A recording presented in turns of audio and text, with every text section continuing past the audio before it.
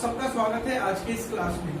हिंदी भाषा और साहित्य यूपीएससी, यूपीपीएससी और बीपीएससी के लिए जो ऑप्शनल सब्जेक्ट है उसके बारे में हम चर्चा कर रहे हैं। आदिकाल पर मैंने 2 वीडियो दे चुका हूं मैं और आज जो देने जा रहा हूं वो तीसरा वीडियो है आदिकाल पे। आज हम डिस्कस करने वाले हैं आदिकाल में जैन साहित्य जो है, जैन काव्य जो है उसके बारे में, उससे संबंधित प्रमुख कवियों, उनकी भाषागत विशेषताओं के बारे में, काव्य की विशेषताओं के बारे में, उसके साथ साथ अमीर खुसरो के बारे में। अमीर खुसरो कौन थे, उनका क्या योगदान है आदिकाल में, ये सारी चीजें आज के इस क्लास में हम डिस्कस करने वाले हैं। तो आइए सबसे पहले शुरुआत करते हैं जैन काव्य से।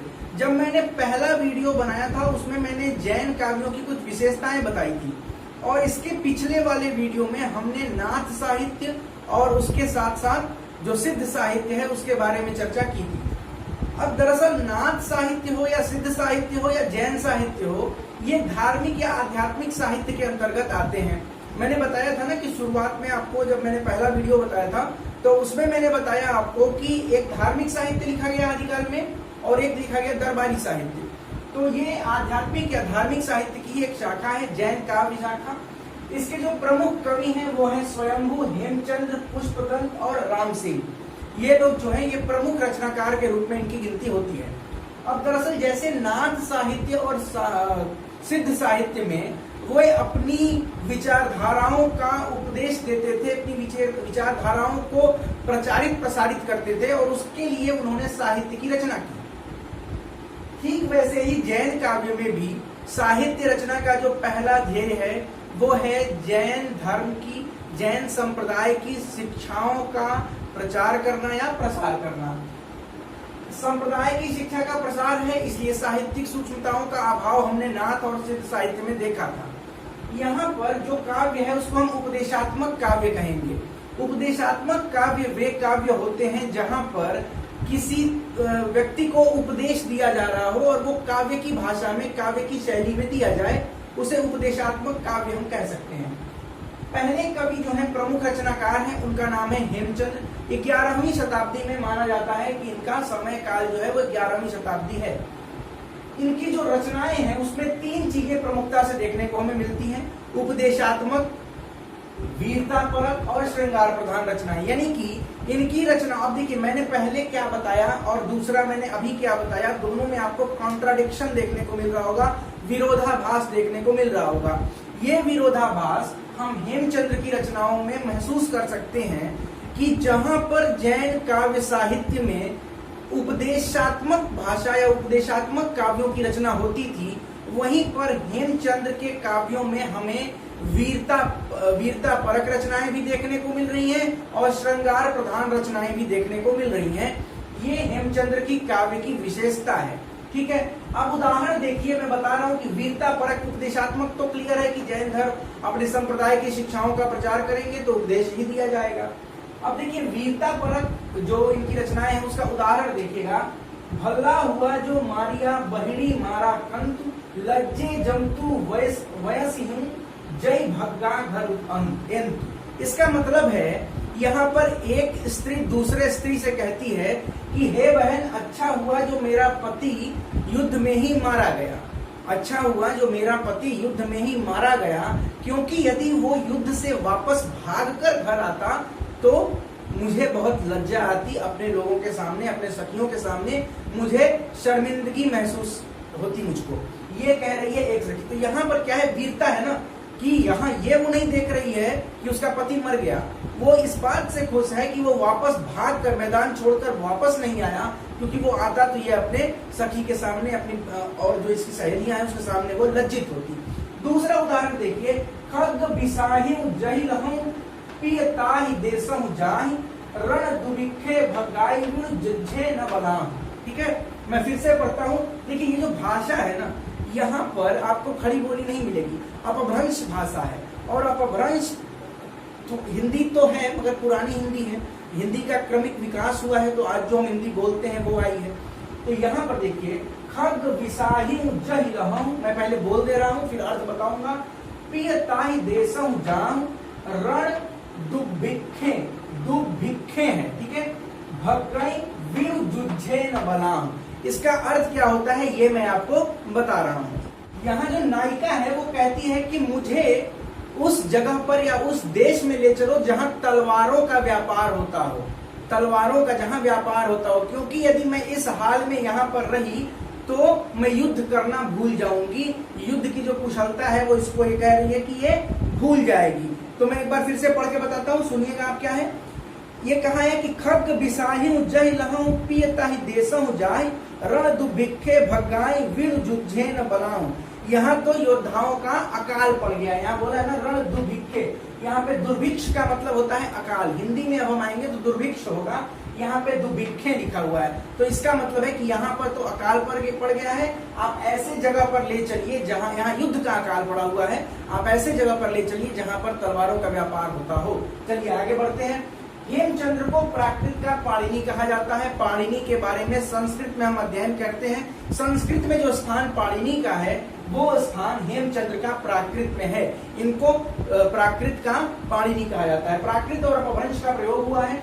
सबसे अधिक दोहा छंद का अधिक प्रयोग किया है किसने भाई? तो हेमचंद्र ने दोहा छंद का प्रयोग अधिक किया है। अन्य जो इनकी रचनाएं हैं वो है कुमारपाल चरित और देशी नाम माला। ठीक है, देशी नाम माला। आगे बढ़ते हैं। अगले जो प्रमुख कवि हैं वो है स्वयंभू। इनकी 3 रचनाएं प्रसिद्ध हैं। रचनाएं तो इन्होंने कई की, जो 3 प्रसिद्ध है वो है पौंचर्यु, रिट्ठणेमिचर्यु और स्वयंभू छंदस। ये 3 प्रमुख रचनाएं हैं।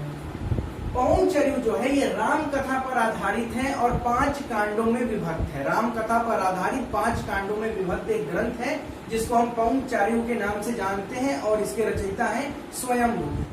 यहाँ पर अब ये पौंचर्यु जो है इसमें विलाप और युद्ध का जो चित्रण हुआ है, विलाप और युद्ध के संबंध में जो छंद लिखे गए हैं वो बहुत ही सजीव बना देते हैं। ऐसा लगता है कि उसको पढ़ते समय ऐसा लगता है जैसे विलाप या युद्ध सामने चल रहा हो, इस प्रकार सजीव वर्णन किया है। फिर जो रिट्ठणेमिचर्यु है ये महाभारत और हरिवंश पुराण से संबंधित है। महाभारत और हरिवंश पुराण से संबंधित है। और स्वयंभू छंदस जो है ये प्राकृत और अपभ्रंश के 60 कवियों के इसमें उद्धरण को शामिल किया गया है। 60 कवियों के उद्धरणों को शामिल किया गया है स्वयंभू छंदस में, और ये प्राकृत के और अपभ्रंश के कवि हैं। ठीक है, आगे बढ़ते हैं। अगले कवि हमारे अगले रचनाकार है पुष्पदंत। पुष्पदंत की जो प्रमुख भाषा रही है वो है अपभ्रंश। पुष्पदंत की भाषा अपभ्रंश है और ये खास करके राम काव्य के कवि माने जाते हैं। अब देखिए, राम काव्य के जो पहले कवि अगर पूछ ले, जैन काव्यों में राम काव्य के पहले कवि कौन है ये पूछेगा तो हमारा आंसर होगा स्वयंभू, क्योंकि इन्होंने पौंचर्यु की रचना की जो कि राम कथा या राम काव्य की श्रेणी में आती है।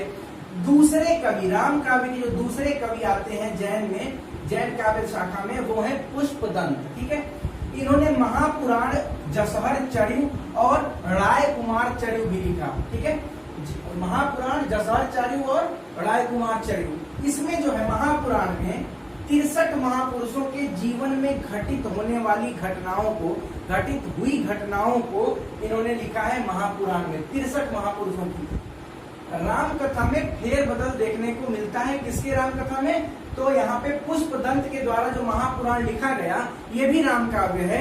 यहाँ पर राम कथा में फेरबदल देखने को मिलता है। एक तो राम कथा पौंचर्यु है, उसके बारे में हमने डिस्कस किया कि जीवन की सभी दशाओं का मनमोहक वर्णन यहाँ पे इन्होंने किया है। जीवन में, मानव के जीवन में जो भी घटनाएं घट सकती हैं उसका मनमोहक वर्णन यहाँ पे इन्होंने किया है। सजीव चित्रण किया है विलाप और युद्ध का। और यहाँ पे महापुराण में इन्होंने 63 महापुरुषों की घटनाओं का वर्णन किया है और इनकी जो राम कथा है उसमें इन्होंने थोड़ा सा फेरबदल भी किया है। लेकिन फिर भी हम ये नहीं कहेंगे कि ये राम कथा को मान्य नहीं करेंगे साहित्य की दृष्टि से, क्योंकि यहाँ से जो तुलसी की राम कथा है उसको कहीं न कहीं प्रेरणा इन काव्यों से भी मिली है, क्योंकि जो पुराने काव्य रचे गए हैं उसको पढ़ने से जो प्रेरणा मिलेगी वो आगे के काव्यों में उसका एप्लीकेशन देखने को हमें मिलता है। आगे बढ़ते हैं। खड़ी बोली के जो प्रमुख रचनाकार हैं, जो पहले खड़ी बोली के पहले रचनाकार के रूप में जाने जाते हैं, अमीर खुसरो। इनके बारे में अब हम अगले सेगमेंट में इसमें डिस्कस करते हैं। तो देखिए, अमीर खुसरो का जो वास्तविक नाम था वो अबुल हसन था। ठीक है, वास्तविक नाम अबुल हसन था।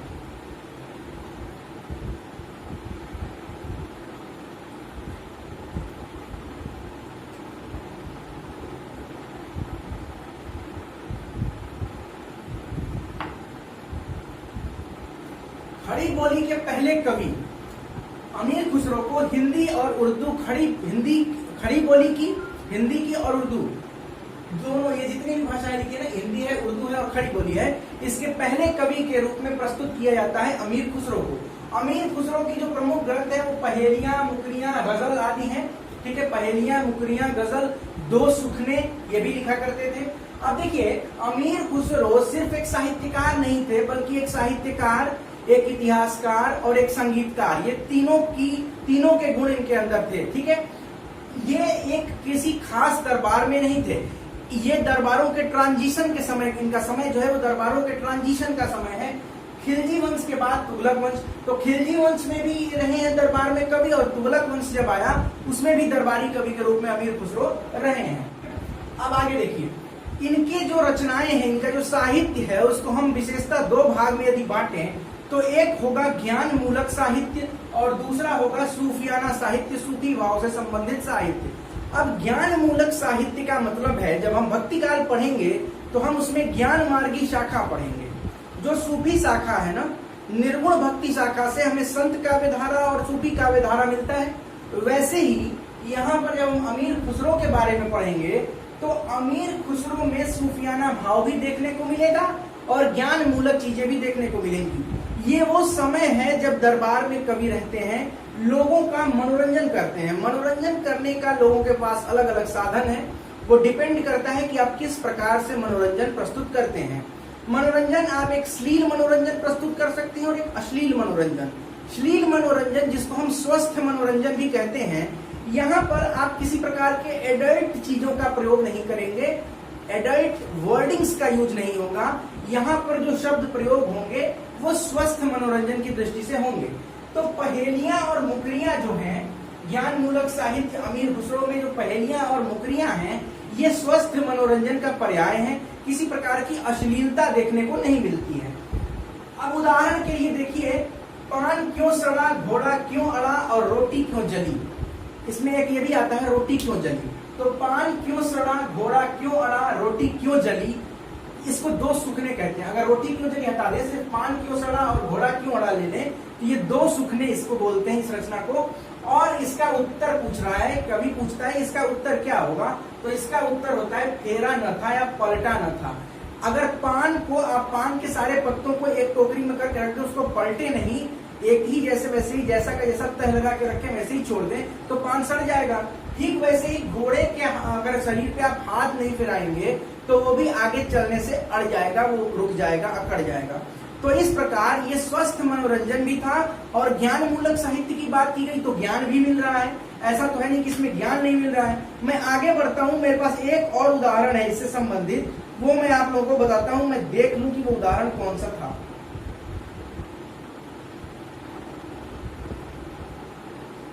हाँ, उदाहरण है, एक थाल मोती से भरा, सबके सिर औंधा धरा। आप लोगों को लिखना है तो आप लिख लीजिए, मैंने यहाँ नहीं लिखा है, सिर्फ एक थाल लिख के मैंने छोड़ा हुआ है। एक थाल मोती से भरा, सबके सिर औंधा धरा, चारों ओर वह थाल फिरे, चारों ओर वह थाल फिरे, मोती उससे एक न गिरे।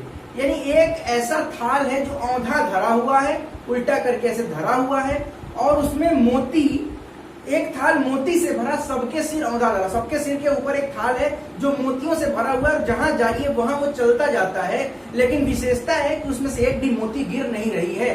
ये क्या है? ये पहेली है। इस पहेली का उत्तर होगा आसमान या आकाश। आकाश को एक कटोरे की, एक थाली के जैसा देख रहा है कवि यहाँ पे, और उसमें जो मोती, जो चंद्रमा और जो तारे हैं, सितारे हैं, उसको मोती बता रहा है और कह रहा है कि सबके सिर पर तो आसमान होता है, ये जहां आप जाइए वो चलता चला जाता है। तो यहाँ पे वो बोलता है कवि कि क्या है, उसका उत्तर पूछता है कि आखिर वो कौन सी वस्तु है, वो थाल का नाम क्या है, तो उसका आंसर हो जाएगा आकाश।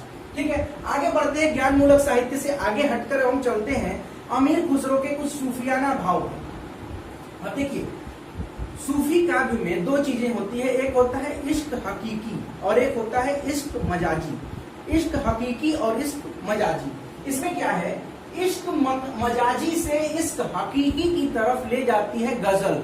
गजल जो है वो इश्क मजाजी से इश्क हकीकी की तरफ ले आती है। अब आप समझेंगे क्या होता है इश्क मजाजी को। आप ऐसा समझ लीजिए कि जो हमारा जो इश्क है, हम मतलब जो साधारण मनुष्य जो किसी से इश्क करे, किसी औरत से, किसी लड़की से, कोई और मर्द करे या फिर कोई लड़का किसी लड़की से करे या कोई लड़की किसी लड़के से जो प्यार करे, जो इश्क करे, उसको हम जनरली देखते हैं लौकिक इश्क के रूप में, लौकिक प्यार जिसको हम कहते हैं ना इस लोक में, भौतिक। लेकिन इससे ऊपर एक लेवल आता है जब आप किसी को खुदा के समकक्ष रखते हैं। गजलों में क्या होता है, कई गजलें ऐसी होती हैं जिसमें एक लाइन जो है, पहली लाइन, देखिए गजल लिखने में क्या है, एक ये है पहला मिसरा और दूसरा मिसरा। पहले मिसरे पहली लाइन आप समझिए, सीधा सीधा लाइन समझिए, पहला लाइन पढ़े तो आपको लौकिक भाव महसूस हो, और जैसे ही उस गजल का दूसरा लाइन उस गजल के आपने पढ़ी, तुरंत आपको ऐसा लगा कि कहीं ना कहीं ईश्वर या खुदा से उसको जोड़ा गया है। इसको हम कहते हैं इश्क मजाजी से इश्क हकीकी की तरफ ले चलना। ठीक है, अब देखिए इसके लिए मैं आपको एग्जाम्पल दूंगा। एग्जाम्पल क्या है, देखिए, खुसरो रैन सुहाग की जागी पी के संग। अब यहाँ पे पहली लाइन जो है, खुसरो रैन सुहाग की जागी पी के संग, यानी कि यहाँ पर सुहाग रात के समय का वर्णन है, और इसमें क्या कहा गया है कि सुहाग रात के दिन अपने पिया के संग में जग रही थी, नायिका ऐसा कह रही है कि खुसरो रैन सुहाग की जागी पी के संग। सीधी सी बात है, ये अगर आप सोचेंगे सिर्फ इतना पहली लाइन, तो हमें क्या लग रहा है, लौकिक प्रेम जो प्यार होता है सुहाग रात, वही समझ में आएगा। आगे बढ़ते हैं, तन मेरो मन प्यू को दो भय एक रंग। यहाँ पर दो अस्तित्व को मिलाकर एक बना देने की जो कला सेकंड लाइन में हमको इस दोहे के दूसरे लाइन में जो ये एक कला देखने को मिलती है, मेरा तन यानी नायिका का तन और उसके पिया का मन दोनों मिलकर एक रंग हो गया, एकाकार हो गया। यहाँ पर इश्क मजाजी से इश्क हकीकी की तरफ ले जाते हुए ये दोहा दिखाता है सूफियाना भाव, जो कि किसका सूफियाना भाव, अमीर खुसरो का। आगे बढ़े, दूसरा एग्जाम्पल, खुसरो दरिया प्रेम का उल्टी वाकी धार। प्रेम के संबंध में खुसरो क्या कहते हैं, ये देखिए, खुसरो दरिया प्रेम का उल्टी वाकी धार, जो उतरा सो डूब गया, जो डूबा सो पार। यानी कि खुसरो कहते हैं कि प्रेम का जो दरिया है, प्रेम का जो दरिया है उसकी धार उल्टी है। उल्टी मतलब विपरीत बहती है। विपरीत कैसे बहती है कि जो उतरा सो डूब गया, जो प्रेम के इस दरिया में एक बार उतरा वो डूब गया, और जो डूब गया वही वास्तव में पार हुआ। समझिएगा, यहाँ पे दर्शन का भी जिक्र हुआ है।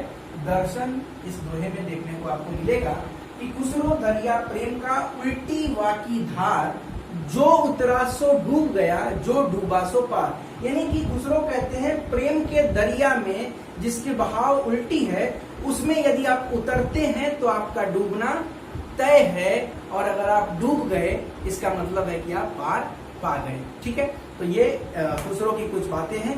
आगे अभी हम डिस्कस करते हैं खुसरो की कुछ और पॉइंट्स के बारे में। चलिए तो आगे बढ़ते हैं, अमीर खुसरो की सामाजिक संवेदना देखते हैं। समाज के प्रति क्या संवेदना थी, ये देखिए, उज्जवल बरन अधीन तन एक चित्त दो ध्यान, देखत में तो साधु है निपट पाप की खान। यहाँ पर इस दोहे के माध्यम से क्या बताना चाहते हैं खुसरो, कि देखने में कोई व्यक्ति भले ही साधु लग रहा है, परंतु वो वास्तव में पाप की खान है। ये इस दोहे में बता रहे हैं अमीर खुसरो। देखिए यहाँ इसके पहले अगर आप याद करिए, जब हमने सिद्ध और नाथ साहित्य पढ़ा था, वहां हमने देखा कि वर्ण व्यवस्था और बाह्य आडंबरों का बड़े ही मुखर स्वर में सिद्ध और नाथ परंपरा में भी विरोध है इसके बारे में। ठीक वैसे ही यहाँ पर भी जो आडंबर है, जो लोग ऐसे ही साधु बन के घूमते हैं, बस एक कपड़ा पहन लिया और साधु बन गए, वो घूमने लगे, उसके बारे में सामाजिक लोगों को सतर्क करते हुए खुसरो लिखते हैं, उज्जवल बरन अधीन तन एक चित्त दो ध्यान। एक चित्त और दो ध्यान है। देखत में तो साधु है, देखने में तो वो साधु लग रहा है, मगर वो बहुत ही मतलब निपट पाप की खान, मतलब पाप की खान है वो। स्त्री की स्थिति पर चिंता। अब देखिए अमीर खुसरो उस समय स्त्रियों की स्थिति को लेकर भी उन्होंने कुछ रचनाएं की।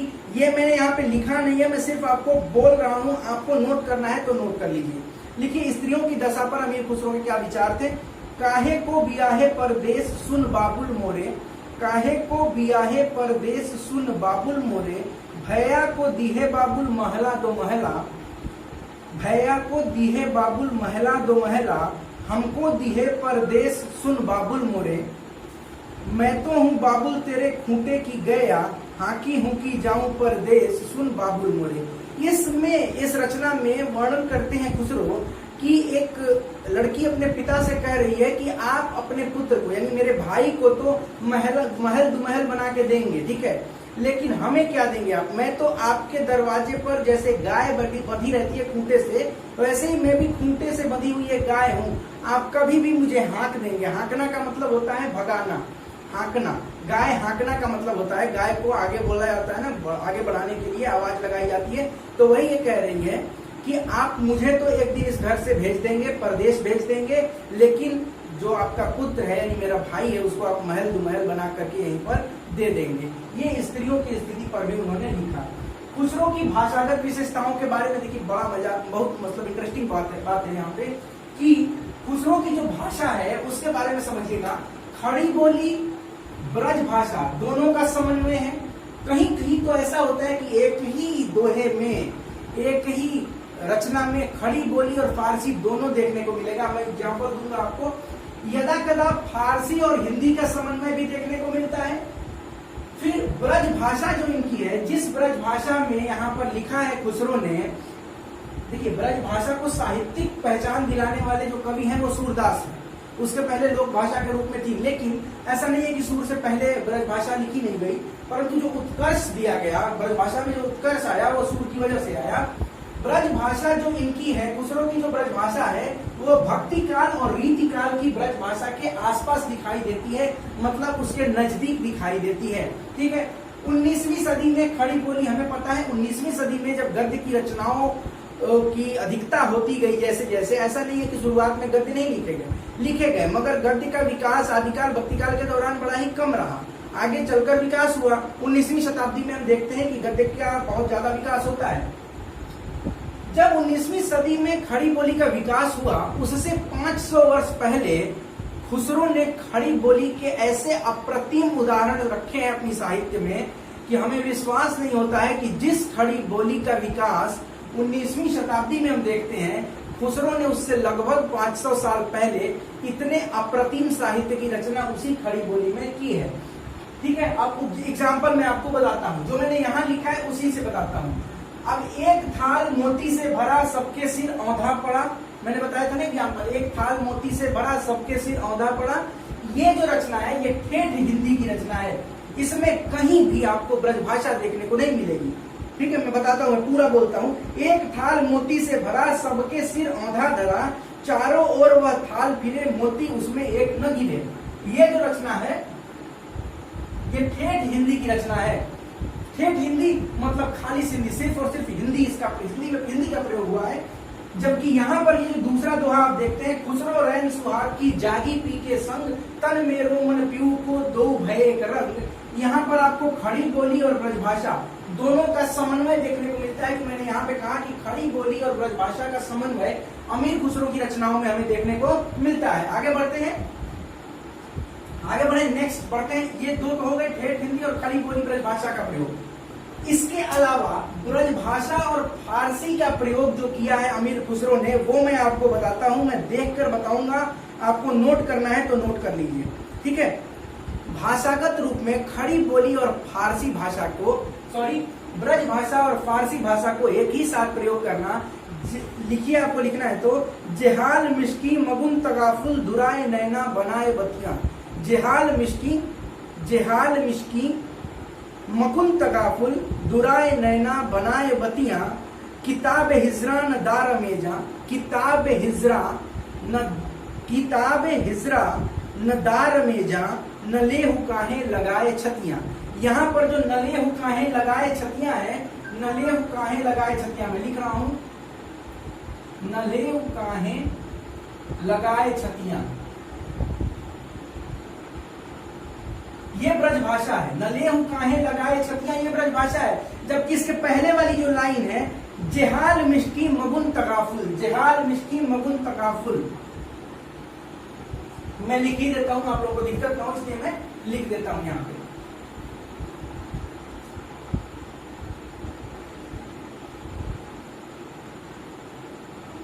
जेहाल मिश्की मगुन तगाफुल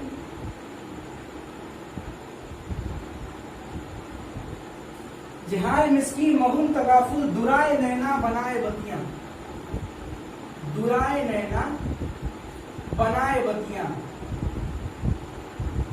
ये जो दुराए नैना बनाए बतियां है ये ब्रज भाषा है, और जिहाल मिस्की मगुन तगाफुल जो है ये फारसी का प्रयोग है। तो एक ही रचना में फारसी का भी प्रयोग और ब्रज भाषा का भी प्रयोग, और वो भी इस तरह से कि न तो किसी प्रकार के व्याकरण का दोष दिखाई देता है, न ही किसी प्रकार की लयात्मकता का यहाँ पे ह्रास दिखाई देता है। देखिएगा, जिहाल मिस्की मगुन तगाफुल दुराए नैना बनाए बतियां, कितनी प्रवाहता के साथ, कितनी प्रवाहमय भाषा है कि हम इसको लगातार बोल सकते हैं बिना किसी कट के। कट होता है ना, कहीं कहीं पे भाषा ऐसी हो जाती है कि वहां लगता है कि सेट नहीं हो रहा है, बोलने में दिक्कत हो रही है। जबकि यहाँ पे देखिए, जिहाल मिस्की मगुन तगाफुल दुराए नैना बनाए बतियां, और अगली लाइन जो है, किताब हिजरा न दार मेजा न ले हो काहे लगाए छतियां। तो ये खास विशेषता है किसकी? अमीर खुसरो की, कि भाषागत समन्वय, दो भाषाओं का समन्वय, चाहे वो ब्रज भाषा और फारसी का समन्वय हो, ठेठ हिंदी हो, खड़ी बोली और ब्रज भाषा का समन्वय हो, ये समन्वय अमीर खुसरो की रचनाओं में देखने को हमें मिलता है। नेक्स्ट है बिंबात्मकता, प्रतीकों के माध्यम से बात कहने की अनूठी शक्ति अमीर खुसरो में हमें देखने को मिलती है, और इस मजाजी से इस हकीकी की तरफ ले जाने वाले दोहे भी देखने को हमें मिलते हैं। मैं आखिरी के 5 मिनट में अमीर खुसरो के बारे में बोल रहा हूं, आपको सिर्फ ध्यान से सुनना है, लिखना कुछ नहीं है। लिखिएगा मेरे बोलने के बाद पॉज करके दूसरी बार में। अमीर खुसरो खड़ी बोली के पहले कवि माने जाते हैं, पहला पॉइंट ये है। दूसरा है, अमीर खुसरो साहित्यकार, संगीतकार और इतिहासकार तीनों थे। अमीर खुसरो ने खिलजी वंश के साथ साथ तुगलक वंश के समय में भी दरबारी कवि के रूप में समय बिताया है। पहेलियां और मुकरियां और दो सुखने अमीर खुसरो के स्वस्थ मनोरंजन के प्रतीक के रूप में देखे जाते हैं, जो कि ज्ञान मूलक साहित्य के अंतर्गत आते हैं, क्योंकि इन पहेलियों और मुकरियों से हमें ज्ञान की बातें सीखने को मिलती हैं। नेक्स्ट पॉइंट है, अमीर खुसरो की भाषा, अमीर खुसरो की रचनाओं में सूफियाना भाव देखने को हमें मिलते हैं। इनकी रचनाएं इश्क मजाजी से इश्क हकीकी की तरफ ले जाने वाली रचनाएं हैं, जहां पर एक लौकिक आकर्षण या लौकिक प्यार को अलौकिक या ईश्वर से जोड़ देने की शक्ति हमें देखने को मिलती है।